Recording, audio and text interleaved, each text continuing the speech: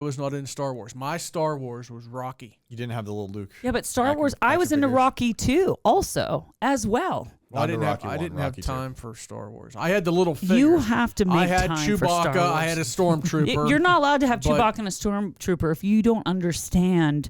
And the relevance of the stormtroopers now is totally different than when the franchise first started. Dominic, are you a Star Wars guy? A little bit. Are you a Rocky guy? Not as much. Okay. So more Star Wars. All right, than it's that. nice knowing you. Star Trek.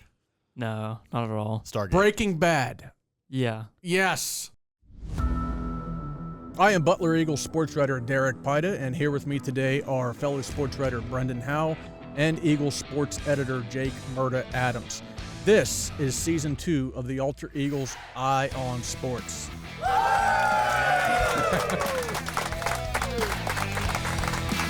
And he's Napoleon Dynamite, so that's 2 out of 3. He's good. He's all right. Sweet. I mean, Napoleon is kind of like, you have to. Have you ever seen Breaking Bad? Like the entire... Oh, my gosh. I've I watched that need to watch entire Better Call series Saul. like twice. It's like 63 episodes, but it's incredible. It's great. Mallory and I are going to try to watch it at some point in the next year or so. So what are you going to watch while you're in Iceland? You ruined my joke. Oh, sorry. You ruined my joke. Derek, by the magic of television, I'm in 2 places at once today. I'm in Iceland and I'm here. Oh, that's right. That's right. Well, and I haven't changed clothes since last week either. Neither have I. I'm both here and there. Not wearing this. Hopefully not wearing this. It's like you cloned yourself. It is. It is. I am in Iceland this week. Hopefully not dead yet. Although that's exactly what my friends imagine is going to happen. So I'm going on a trip, or I'm on a trip at present, with 2 friends who I made a road trip with when I was 25. You're there right now. You're there right now. I am both going on and there right now. Don't do this. He's kind of freaking me out here. Yeah, I'm tripping. Like, what's happening? We're in the upside down. I am on a trip in Iceland right now with 2 friends who were my best people and officiant at my wedding, and were on a road trip with me to what was supposed to be the 60th parallel in Canada, and ended up getting diverted to San Francisco after we got to Yellowstone because I got sick. We heard that story. We've heard this story. Don't tell us again. I won't. That's just the background. So I'm going on a trip. The first time we're all doing this in the 11 years since that happened. And they keep bringing up how much I'm a liability on this trip. So they're setting you up for failure. No. They're harassing me. I believe this is harassment. They call this friendship and love. Well, yeah. We're doing the ring road, which is basically just the main road around Iceland. It takes 7 days on the short end, 14 days if you want to take your time. We're going to do it about 10 or 11. And we're going to do hiking. We're going to do snorkeling. We're going to land. We have landed. By the time this is out, we have landed. And within 6 hours of landing, we are doing snorkeling in between the tectonic plates in Europe and North America. Snorkeling? I don't know if I want to snorkel between North tectonic Atlantic? plates. Yeah. Are you paying attention to what's happening with earthquakes these days? Because I don't know if I want to be Iceland has more volcanic activity. I to don't worry about. Yeah, but that earthquakes. has to do with tectonic plates as well. All of those things are connected. There's a big gap between the tectonic plates, and they don't move fast. Tectonic plates do not move very quickly. It doesn't matter. Crazy things are happening out there, man. I just don't know if I want to be like, there's a tectonic plate and there's a tectonic plate. The gap here is not this big. It's not 6 inches across. It's several yards wide. I don't know exactly how far. Napoleon, you're just jealous because You are just jealous. I chat online with babes. It's going to be freezing cold. Yeah. We're going to do this right after a 6-hour red-eye flight. Yeah, that doesn't seem... And then we're going to do a lot of hiking. So make sure you're hydrated. You got hydration packets for the plane? You got compression socks. You know you're supposed to do this with your ankles when you're sitting a lot. The compression socks I only wore when we did Japan. But anyway, they believe I'm going to be a liability. I am secretly hoping, despite these being 2 of my closest friends, and there's another friend that's going along with who I am going to meet for the first time. I'm secretly hoping one of them becomes a liability in this trip, just so I can be like, told you so. Just like that friendship rivalry you have periodically. It's like, it's not my fault this time. I got you. It's yours. I don't want anything bad to happen to them. Just like, twisted ankle or something, like lightly twisted Well, ankle. that's not good for a trip like this. Prior to this trip to What? Iceland, Say a wrist or something. how many? I know you were in Japan. How many foreign countries have you been to? Ooh. Canada, That's the only one I've been Japan, to. Belgium. Oh, I've been to West Virginia too. So That is a foreign country. Belgium, England, Scotland. Well, You no, sound like you're from Ireland. London. Ireland, Scotland is part of the British Kingdom. hello, Governor. Hello, governor. The Netherlands. So 5 or 6. Wow. Whoa. Now, Rob, our former photographer, we had a lot of time to talk about things on our way out the state track, unfortunately. He told me he's in Europe while he was in college. He did like a 6, I think it was like either a 6-month or 3-month. Anyway, he was in Italy. And he said over there, like, I mean, just on billboards, I mean, it's nothing to see like nude people, like on advertisements and everything. Did you notice that when you were in Europe? No. Like, oh, there's a naked lady on a billboard. So when I was in Belgium and England, I was 9, and I don't remember like any of the. Like the thing I remember the most is being in England and going on the subway system and hearing "Mind the Gap" every 15 seconds, and the sign. My dad got a shirt that said "Mind the Gap" on it from there. Japan, the interesting. So have you, Dominic? You probably watched anime or do watch anime. Yeah, a little bit. You know how sexualized anime can be, especially certain kinds. So, yes. That is very much part of their culture. I don't know, Laura or Derek, how much you've seen No, of anime. none. I know what it is, Okay. but I don't watch it. Yeah, I don't watch it. There are billboards that will have anime characters, or just like it's whatever the billboard is drawn in an anime style. And some of them will just be like, I was taking photos of these just for the giggles of it all. Yeah, just Huge- for the giggles. Wink. My wife is standing right there, and I would laugh at this stuff, and she would just roll her eyes at me because I found it funny. But it's just like huge billboards in the middle of Tokyo, and it's anime women wearing not a whole lot, just enough. And Well, it was We just, got it. Yeah, we got it. I don't know what Yeah, they point. like. I don't know why that was needed to sell stuff, but that's like the culture, and it was very interesting to just kind of like, this is normal to them, very normal. Hey, Laura. Hayes for horses trust cheaper. Spades, clubs, hearts. Wait, spades, clubs, hearts, Spades, clubs, hearts. diamonds. Laura wants to talk baseball. We're going to talk baseball. Oh, Is that creative enough for you? Let me say it. Baseball. All-Stars I picked up what you're putting down. 2026. I picked it up. Sure you She caught on. did. She caught on. Sure you did. I liked it. Thank you. It was a banner season for Butler County baseball as a whole. Obviously, Butler getting to the state final for the first time ever, winning the WPIAL championship for the first time ever. And their top player, Nolan Stefanik, was named our player of the year. And just to go through a few of his stats, this is pretty impressive because he did the job at the plate and on the mound. He's a Penn State University commit, and he's thrown in the mid-90s. Certainly a Major League Baseball draft prospect as well. 46 2/3 innings pitched this year, 7-1 record. Where's his ERA at? 0.30, not 3.00, 0.300. And it was 0 until the playoffs. Yeah. He didn't give Crazy. up a earned run until I think that he gave up 2 in the WPIAL championship game, which they won. And then he gave up a few more in the state playoffs. But for the season, an ERA of 0.300, 73 strikeouts, only 13 walks. And his hitting stats, 382. I mean, we're talking 6A.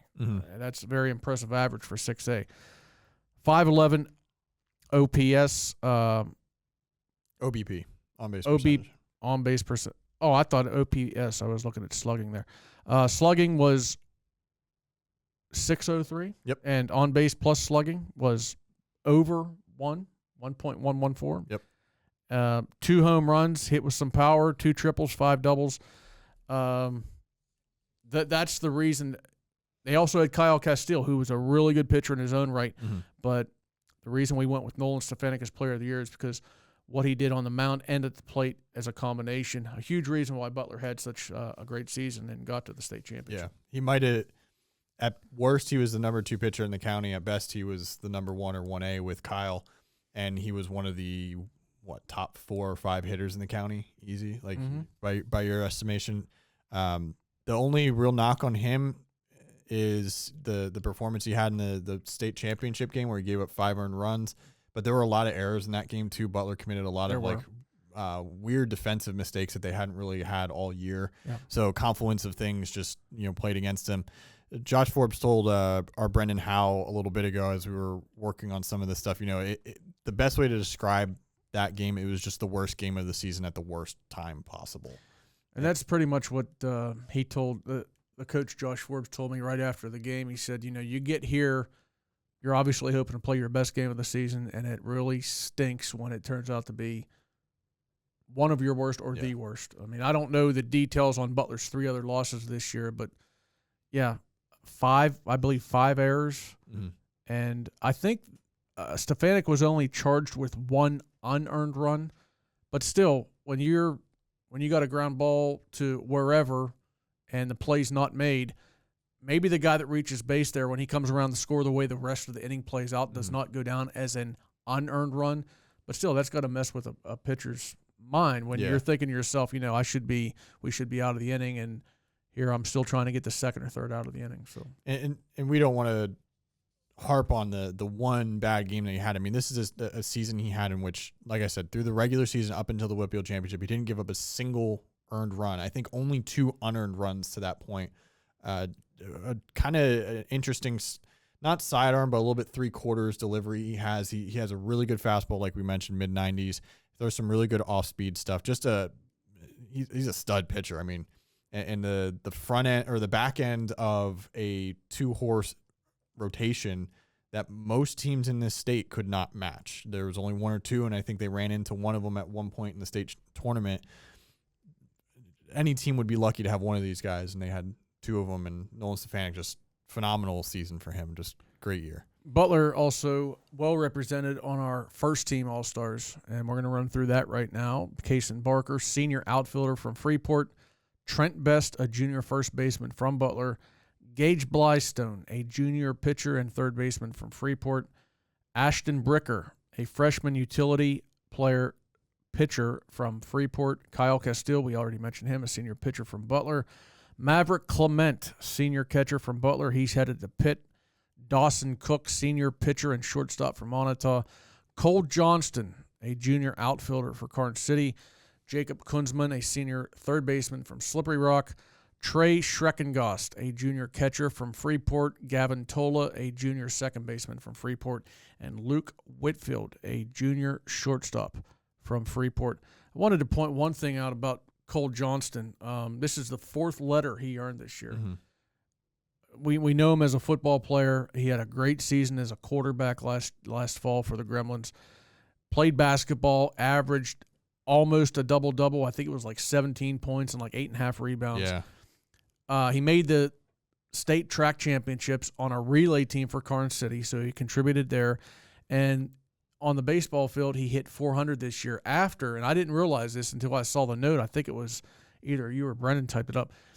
He hadn't played baseball in high school at all. His freshman through junior year, he did not play. Freshman and sophomore year, because he was a junior this year. He comes out after 3 years of not playing, and he hits 400 for the baseball team and District 9 champions as well. There's a reason he and Mason Bell, who is another 4-sport athlete for Karnes City, are Athlete of the Year nominations for us, and Nolan is as well. You don't see too many kids be able to turn around some of the seasons that he had. I mean, great quarterback. He took a huge step as a quarterback this year too. Led the team in rushing, obviously led the team in every passing stat too. They made it to the District 9 championship and won. That Karnes City team was they won the District 9 title in baseball, made it to a sub-regional before states, lost there unfortunately, but he was just a spark plug for that offense all year. Another position that I wanted to highlight was it was pretty much a no-brainer for us to pick Maverick Clement as a catcher, because the way he handled 2 high-caliber pitchers this year, but also he came up with so many clutch hits. Mm-hmm. He had a home run in a state playoff win over Mifflin County, and that was a 2-1 win, so it was a big home run. He also had the game-winning hit against Chambersburg. I covered that game out at Mount Aloysius. So he was it was going to be very hard for us to leave him off the team. But we also looked at the catcher from Freeport, Trey Schreckengoss, and looked at his stats. Yeah. And said, it's not always that we're going to have two catchers on our first team All-Stars, but between Maverick Clement and Trey Schreckengoss from Freeport, we said, you know what, these kids both deserve it, and we threw them on there. Yeah. It's really like the Freeport was a team, and there were 6 first-teamers we had on this roster. Freeport was a team we thought was going to make a deeper run, and they just kind of ran into a buzzsaw at the wrong time in WPIALs and didn't make it as far as we had. But that was such a loaded team this year, and all year was really dominant. It was tough to keep too many kids off of our first team selection here. So this is a very Butler and Freeport heavy team we have, and obviously some more honorable mentions, which you can find at butlereagle.com or in the Butler Eagle in Monday's paper. I want to highlight another thing with Butler, and we've talked about them a lot over the last few weeks. There was a lot of coverage in the paper too about them and just the run to its first WPIAL championship and its first ever state final appearance. Think about like the context of that battery.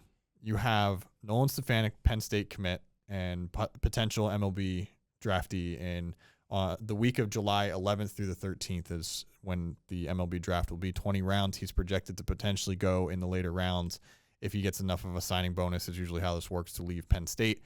Kyle Castile, West Virginia commit. I'm seeing some stuff where he could go as high as like 5th or 6th round potentially. Again, you need to have enough of a signing bonus to be pulled away from college. But elite pitcher there as well. Maverick Clement going to Pitt. And then Matt Clement, Maverick's dad, is a former all-star pitcher in MLB.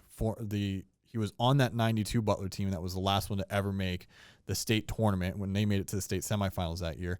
Longtime Butler basketball coach who just retired. And so, like, Maverick's got to play under his dad in basketball, probably gets coached a lot by his dad in baseball, and he's the guy leading 2 ace pitchers. Like, the 4 of them together, like, you just think about how much firepower there is in terms of, like, baseball IQ and talent is incredible. And that's obviously one of the reasons why it was an incredible season for Butler. What did that, 23-4, I believe? 23-4. Final record, 23-4. One or two others just to highlight: Gage Blystone and Ashton Bricker. Really good freshmen. It takes a lot to be on these teams. We don't, exclude underclassmen on these all-stars, but you have to kind of shine a little bit, and both of them definitely did. Bricker and Schreckengoss, routinely, I think they were batting near 500 or something like that. So they were almost always getting multi-hit games. One of the few I got a chance to see was Dawson Cook, who was just a standout pitcher for them. Also, one of their better hitters, had a really strong game in the District 9 championship that they won against Red Bank Valley. Just some really good, we had a lot of strong pitching this year in the county, and we could not leave Dawson off that roster just with how much he meant for that team. Captain Cook. I was telling this to Derek a little bit ago. Like, I've never seen a team in the middle of a game. Like, there's chance in baseball and especially softball, but like an entire half inning he's pitching and the team is just going Captain Cook, like just nonstop. Crazy. We're going to stick to the diamond and talk about softball. A lot of diamonds. That's a lot of diamonds. Emerson Jones, a diamond for Knock for sure. Our player of the year in softball. A sophomore for the Knights, shortstop and pitcher. Listen to these stats. You typed them up. What am I talking about? Average 5.08, a 5.08 average. That's incredible. 8 home runs, 22 RBI, 24 runs scored. Here's her pitching stats, and she wasn't the full-time pitcher because they had 2 other girls pitching as well. But when she did take to the circle, 36 innings pitched, 57 strikeouts. That's over 1 per inning. Yeah. I'm not big on math, but that's over 1 per inning. And an ERA of .778. This girl kind of burst onto the varsity scene last year as a freshman. At shortstop. She didn't pitch much last year. At shortstop, and she just continued to grow and continued to wow with her play as a sophomore for Knock. Incredible season there. You guys have covered her way more than I have, but like you said, it's been a 2-year just tour de force for her. Sharing some of Brendan's notes here, he was the one working on these 2 all-star teams. This was a group effort to vote on who would make our first team and player of the year. But his notes were just sky's the limit seems to be for her. She's receiving college interest already, which shouldn't surprise anyone seeing her stats. And just the way she's like physically. I look at the photos that we've had over the last couple of years. She looks like a future college softball player, just in every sense of the word.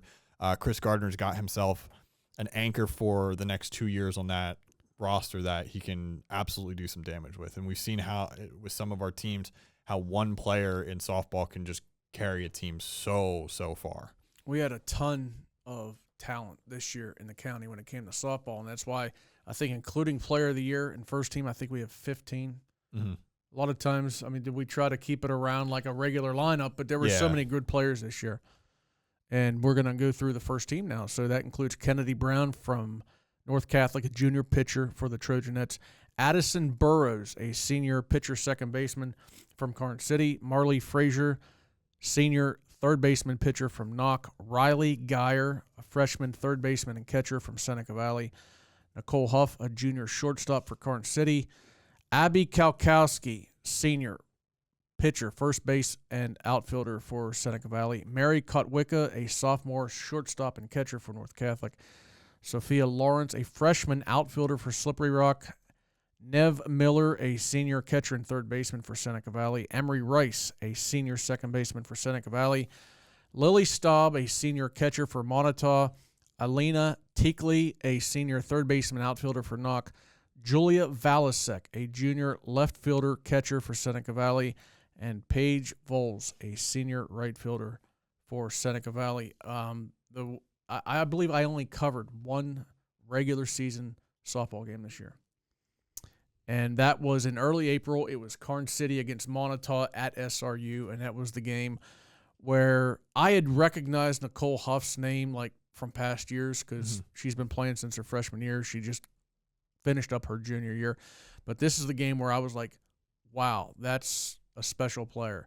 In that game against Montauk, she hit 2 3-run homers, and it was needed. It was a tight game. I'm trying to remember the final score. I think it was 9-7 maybe. But anyway, it wasn't it wasn't like it was 2 3-run homers in a game where you beat a team 10-0. It was offense that was truly needed in that game to beat Montauk, and Nicole Huff provided it. She led the team in almost every offensive category. 532 batting average, 33 RBIs, 34 runs scored. She hit 5 home runs, and again, I saw 2 of them. She also stole 11 bases, and she played, according to Mike Grazioli, the Carn City coach, played tremendously at shortstop all season. And fortunately for Carn City, she's only a junior. She only was a junior this year, so they got her coming back next year. It's good news for Carn City because those are like monster numbers right now. A couple others to highlight, too, is from North Catholic. We didn't really think much of them going into the WPIAL playoffs. They were entering as a 10 seed, I believe, and program that you covered in their WPIAL semifinal didn't even know it was going to have a team going into the year a couple weeks before the season started because they just didn't have a big roster and maybe not even enough bodies to field a starting lineup. And they win that first round game against Freeport, kind of surprisingly going to run to the WPIAL semifinal for the first time in program history. They beat Knock. Sorry. Yep. And we couldn't ignore the accomplishments, especially after like kind of a surprise season. And Kennedy Brown, the junior pitcher, and Mary Kotwicka, the sophomore shortstop and catcher for the team, absolutely worth highlighting for them. They had some pretty solid numbers and were very much deserving to make first team here. And Seneca Valley, this is what the 5th straight year they played for a WPIAL championship.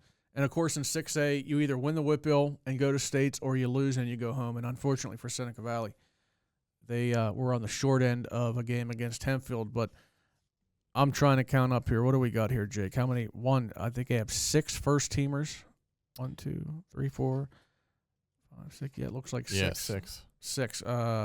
Geyer, Kalkowski, Miller, Rice, Valasek, and Voles.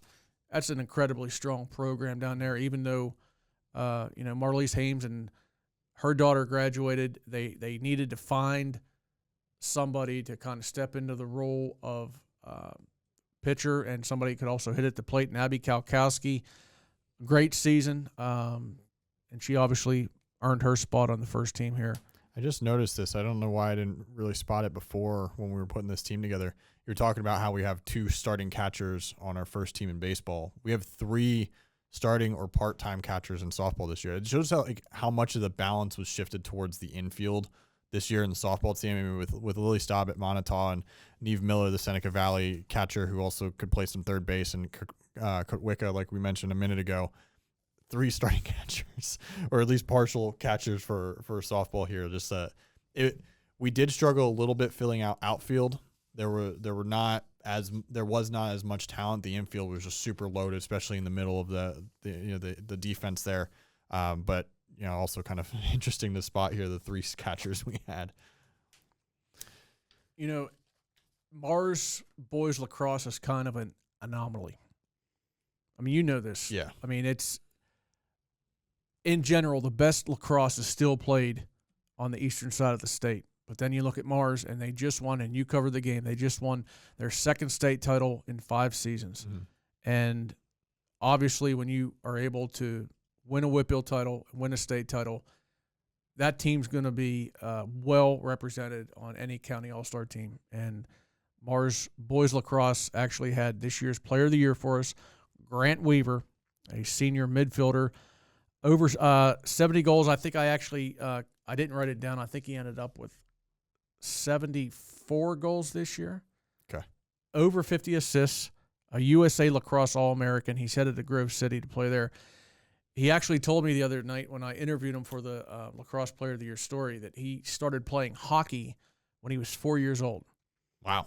And he started playing lacrosse when he was in 4th grade. So he actually has a much longer history with hockey. He played hockey all 4 years for the Planets. But when it comes to lacrosse, what a season individually, and it contributes to another state title. The 2nd one for Mars, and only the 2nd one all time won by a team from Western PA. I covered their state quarterfinal and their state championship game, and it was 2 very different outcomes for him. And I'll say outcomes because he was still playing a super dominant form of lacrosse. But in the quarterfinal in Mechanicsburg, he's got 4 assists and 1 goal. I think he maybe took 2 shots the entire day. Just had to play quarterback on that offense the entire time. In the final, he goes off and scores 5 goals in that game, I believe. 1 assist, I think, beyond that, and just took over. Like, yeah, four of those goals, I think, happened in the first half, and they needed to make a big run to turn around a 3-goal deficit in the second quarter just to stay alive in that one. And I'm talking to people in the press box, which is, I think you've been to Penn State's Panther Stadium before. Mm-hmm. It's an outdoor press box. It's almost like a pavilion. And a couple people are like, what's the story with this Grant Weaver kid? Because most people don't. When you're covering state champions, a lot of times it's really difficult for local media to know too much about the other team that their local team is playing. Stats might not be as easy to find, or might be difficult with coverage. But also, it's in general, like, it's the first time for a lot of us to see the other team's first or players in person. So a couple of people are like, this Grant Weaver kid's pretty good. Like, where's he going to college? And I'm like, Grove City. And they're like, he's going Division III? I was like, yeah, he's going Division III. He's not you look at him, he's not the biggest kid. I think he's like 5. He probably is about 5'9", 5'10". He's about my height, maybe a little bit shorter than that. So doesn't have necessarily some of like the physical attributes that some of those elite lacrosse players have. But boy, does he play just this phenomenal game. He's so quick. Like I highlighted one of his goals was just this basically spinorama, like stopped on a dime. The defender just, if this was basketball, he broke his ankles, and the kid just slid on the turf and cleared a whole bunch of space, and he just whips it around. And I asked Bob Marcoux after the game, I mean, just what's his legacy now? This is a kid who, is following in the footsteps of some giants in that program who had won the first state title in 22, which was the first team west of the Susquehanna to ever do that. And these kids had to kind of live in that shadow for a little while. They looked up to that team, but now they're, oh, well, you guys aren't that 22 squad. You guys aren't as good as those players. And he puts on one of the best finals performances you could possibly put on as a senior, or just any year in general. And he's like, Marcoux's response was, he'll go down as one of the greatest ever in Mars history.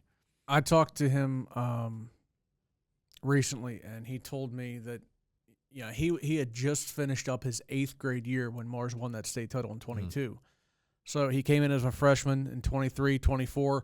Mars made the state championship game both of those years, lost in the final to Marple Newtown. Last year they lost in the quarterfinals, and Grant told me that, the guys who are on this team the last few years losing in the playoffs, the state playoffs, they always kind of looked up to the 22 team. And this was the term he used. He said that it was kind of like our big brother. Yeah. Well, little brother just matched big brother because they just won the second state championship. And just to show you how tough it was to slow Mars down, you just talked about Grant Weaver scoring 7 goals in the state championship game. In the semifinal a few days earlier, which I covered out at Mifflin County High School, Jack Turch scored 7 of Mars's 9 goals in that game against Lampeter Strasburg. So that shows you how tough. You stop one guy, there's another guy, and if you stop him, there's another guy. That's what it's like to face Mars boys lacrosse. Speaking of Turch, Jack, the senior from Mars, he's part of our first team, which includes Cale Baker, junior midfielder and short stick defensive midfielder from Seneca Valley, Mike Duffy, a senior defenseman from Mars, Reed Fuller, junior short stick midfielder from Mars, Mason Lacey, a senior defender from Butler, J.J. Maselli, a sophomore midfielder from Freeport, Luke Murphy, a senior attack from North Catholic, David Renner, a senior goalie from Mars, Deacon Simcoe, a junior midfielder from Butler, Jake Stevens, a senior attack from Butler, Jack Turch, as I mentioned, a senior attack from Mars, and Josh Wilburn, the senior face-off ace from Mars. And I want you to fill us in on Wilburn because he's known as a face-off ace, which he is, but he had a big goal in the state championship game. He had one of the coolest moments in that state final. It was a goal. They were up 1. He gives them an insurance goal, wins the face-off, and it was kind of the same story as in the quarterfinals where he was winning kind of steadily in the first half on face-offs, but then like the second half he just goes on this run where it seems like he's winning every single one at midfield, which flips the game in Mars's favor so often. And so he gets this opportunity. The ball actually kind of like trickles between him and the opposing guy towards the goal, and he scoops it up just past the circle, and he's been coached, pass the ball and get the heck off the field. Pass the ball and get the heck off the field. Except if no one is anywhere close to you. And he gets the ball, looks around again, is like, there's no one within, 10 feet of me, and just rips a shot. Like, he didn't even really wait and try to get any closer, like see if he could get the defense to draw up towards him. He's like, I got the opening now, takes the shot, whips it, and it's good. So how far from the net was this shot taken? I want to say it was like 20 yards. It had some distance. Like, it wasn't. So it gets that midfield circle in lacrosse, and I don't know all the terminology with the sport, so forgive me, but that like where half court is in basketball, you have that circle there. Yep. Lacrosse has the same thing.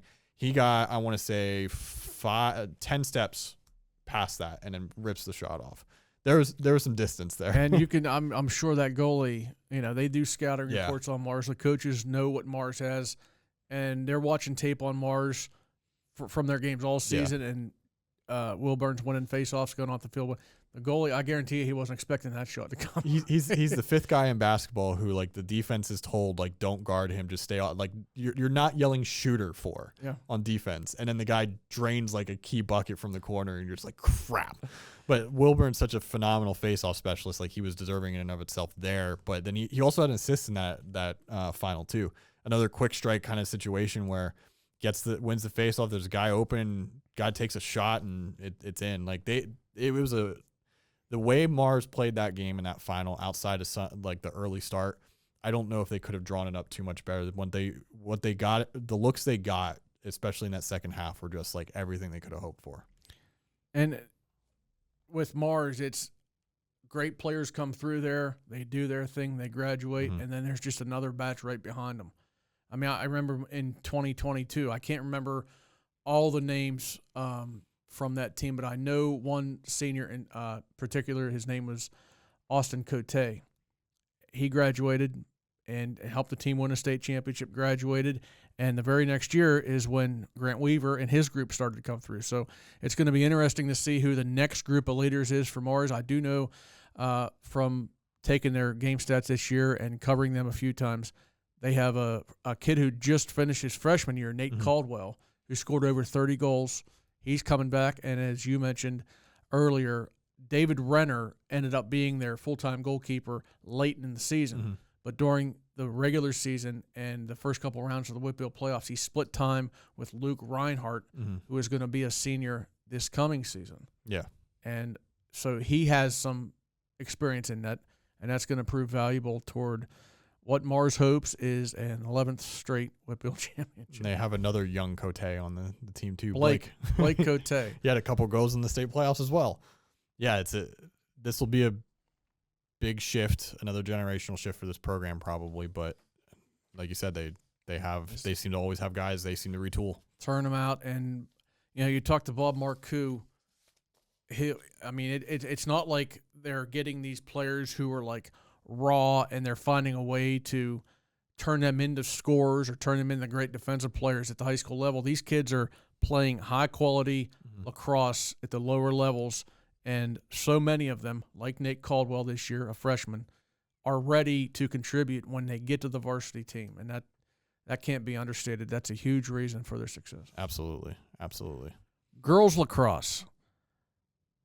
Did Mars girls have a decent year this year? It's all right. I think. okay. Wait, yeah, they won their 4th straight WPIAL championship.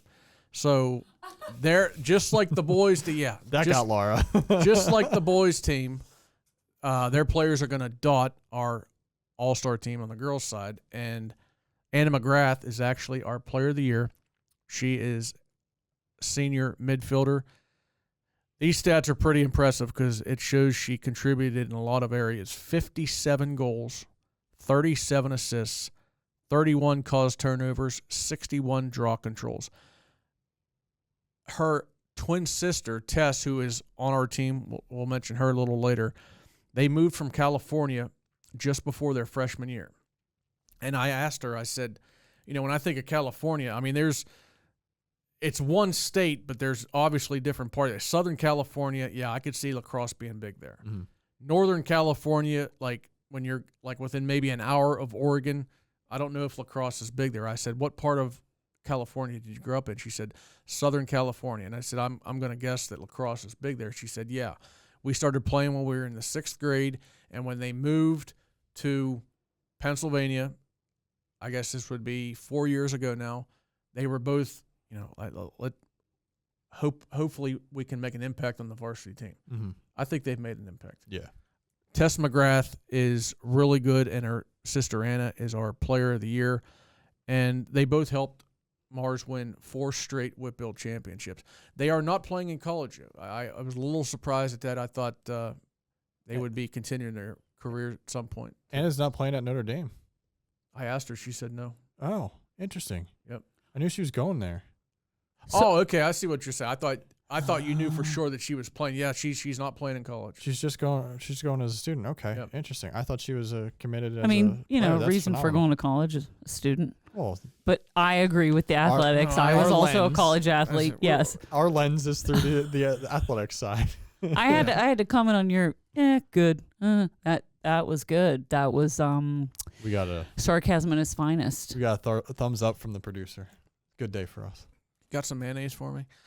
First team, girls lacrosse. Lucy Balaise, a junior midfielder from Mars. Mm-hmm. Katie Blake, a junior attack from Mars. I told you they were going to be heavy on this all-star team. Sammy Brennan, a junior midfielder from North Catholic. Macy Edwards, a junior midfielder from Freeport. Sophia Glass, a sophomore attack from Freeport. Taryn Holofsky, a senior attack from Butler. Nikki Lefkakis, a sophomore defender from Mars. Abigail Legan, a senior goalie from Freeport. Haley Long, a midfielder and draw specialist for Mars. Ashlyn Madison, a junior defender from Butler. Tess McGrath, the twin sister of Anna, a senior attack from Mars. And Josephine Spahar, a sophomore defender from Freeport. You want to talk about, it's obvious, it's easy to devote a lot of the attention to the best teams in the county, and that's why we talked about Mars so much. But Freeport girls actually made history this year. Lacrosse made their first ever appearance in the WPIAL playoffs. Now they are going to have to replace Abigail Legan, a 4-year starter at goalie. She graduated with the program record for career saves with over 500. Wow. And this year, she set the program record for saves in a single season with 132. She's graduated, so they do have to replace her. But they have Macy Edwards and Sophia Glass returning. Those two players this year combined for 113 goals and 52 assists. And they also have Josephine Spahar, who's only going to be a junior this coming school year. On defense, she forced 37 caused turnovers. So, a goalie is a big position to have to find a replacement for a 4-year starter. But they do have some pieces in place, and hopefully Freeport can build on their first ever WPIAL playoff appearance. You know what's the best defense? Offense. That's how you keep your goalies clean. Always have control. And lacrosse is so much about who has control of the field. So Freeport's in good shape. Possession is 9/10 of the law. Just ask Mars boys. Just ask Mars boys. Just ask Mars boys. It's cool to see younger programs like Freeport like take steps, like consistent steps forward every year. Whenever you get a chance to cover stuff like that, it's always kind of cool to see because it can be really difficult for a club team to kind of maintain momentum and build a program up to varsity status and be a contender, especially the WPIAL. WPIAL is really tough. And just to see Freeport continue to take, step after step is a good sign. It's a really good sign. As Bob Marcoux would say, and has said to me often, the other team can't score if they don't have the ball. We have the ball here at the Butler Eagle. It's a cliche, but it's so true. All of our all-star teams on butlereagle.com/section/sports. If you missed anything from the boys tennis and flag football and track all-stars on last week's episode, you can find it on YouTube or Spotify. You can also find, like I said, the list, the full list, including honorable mentions on our website. You can find it in the Butler Eagle. Go back, if you're missing a copy, go, call the office. We'll find something for you here for your daughter or son or nephew or niece or someone in the family. And all 4 of these teams that we just talked about today in baseball, softball, and lacrosse are out this week on butlereagle.com and in the newspaper as well. Thank you for joining us. We'll be back next week for Athletes of the Year. You excited, Derek? Absolutely. And that's if I'm physically here. Like I said, I'm in Iceland here too right now. Did you know that he's going to Iceland? I'm in Iceland right now. He's in Iceland. Hi from the future, present. I past. come back from the boonies, and he's going to Iceland. Yeah. Where's Brendan going? Don't answer that. We'll catch you. Steelers camp. We encourage you to subscribe to the Butler Eagle YouTube channel and Apple or Spotify podcasts or your favorite podcast platform. Follow us on Instagram and Facebook at Alter Eagle Podcast and at Butler Eagle News. Goodbye.